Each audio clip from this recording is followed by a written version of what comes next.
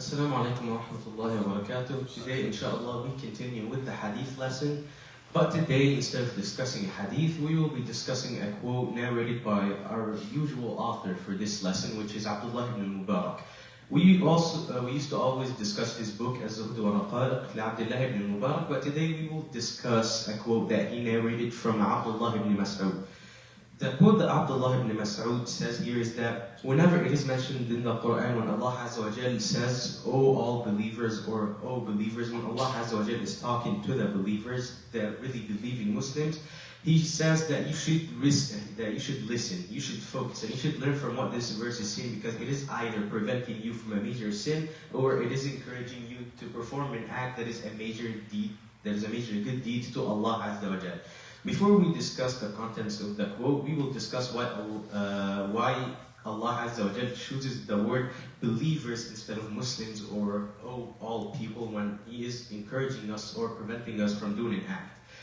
The reason why Allah Azza wa Jal chooses the word believers on itself instead of the word Muslims, because the word Muslim can be said to identify, or can be given to identify anyone who is on the surface Muslim. Someone in the bottom of their heart may be a hypocrite. He may be planning something that is bad for Muslims, planning harm for Muslims, but he acts like he's a Muslim, so he is called a Muslim.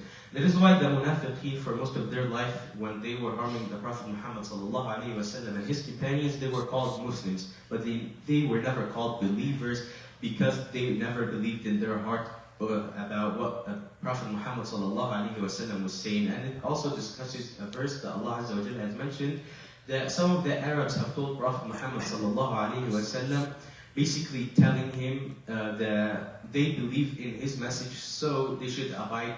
He should abide to their interests, and he should follow their interests. Prophet Muhammad sallallahu alaihi wasallam says that they should not call themselves believers, because they never truly believed in the message of Allah Azza wa Jalla.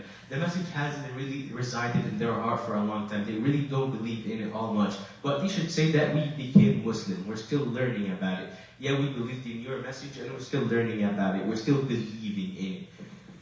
The reason why Allah Azza wa Jalla used the word believers instead of all people, because Allah Azza wa Jalla is preventing us either from a major sin or encouraging us to do a major good deed that Allah Azza wa Jalla will love, and will make Allah Azza wa Jalla love us even more. If Allah Azza wa Jalla says to all people, the message might be preventing us from worshipping anyone other than Him, or just doing a major sin that believers wouldn't commit. But when Allah Azza wa Jalla says, "Oh believers," it is something really specific to the people who really believed in Him, the people who are loyal to Him. And it reminds them of the oath that they've taken upon themselves, that they will believe in Allah Azza wa Jalla, and they will die as believers in Allah.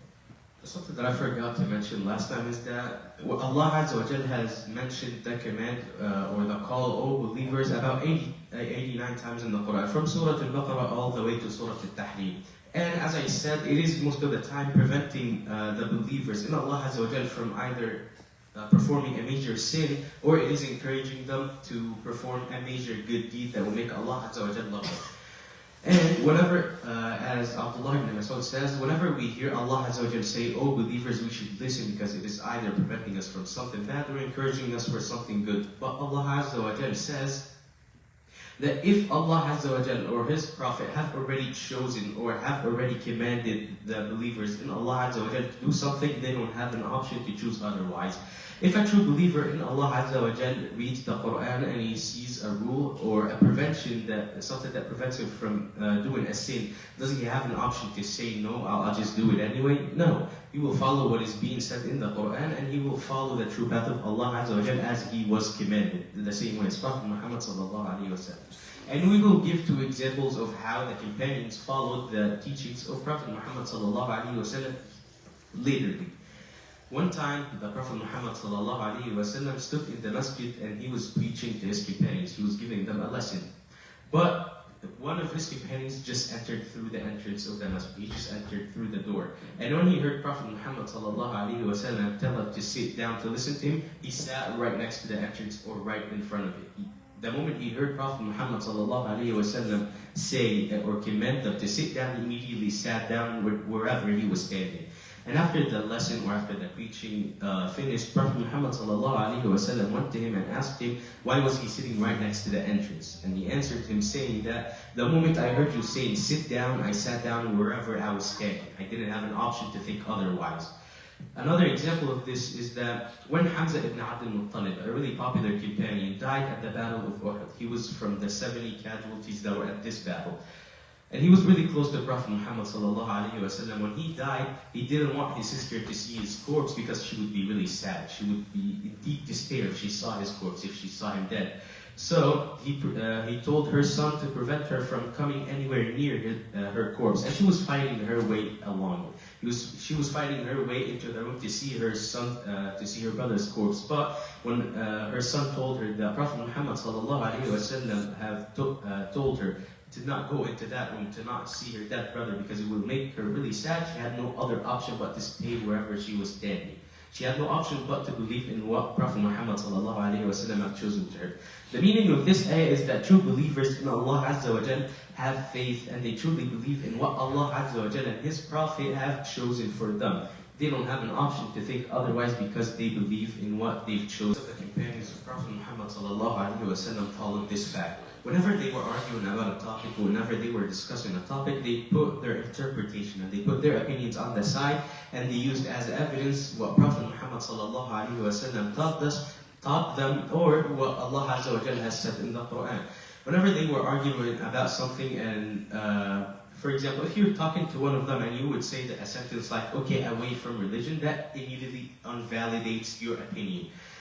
Even though they were really wise men, they were really fair judges, like Umar ibn al-Khattab, which we will be talking about right now. Umar ibn al-Khattab was a fair judge, and he was a strong man, and he was a powerful man. He was a powerful influence that all Muslims said equally that we've been humiliated for worshipping Allah Azza wa Jalla and following Prophet Muhammad sallallahu alaihi wasallam, and we used to be beaten and tortured in public for worshipping Allah Azza wa Jalla until Umar became Muslim. He protected them. He was a powerful influence, and he was basically a diplomat to outside entities like the Byzantine Empire or the Persian empires, and he later became the Caliph of Muslims.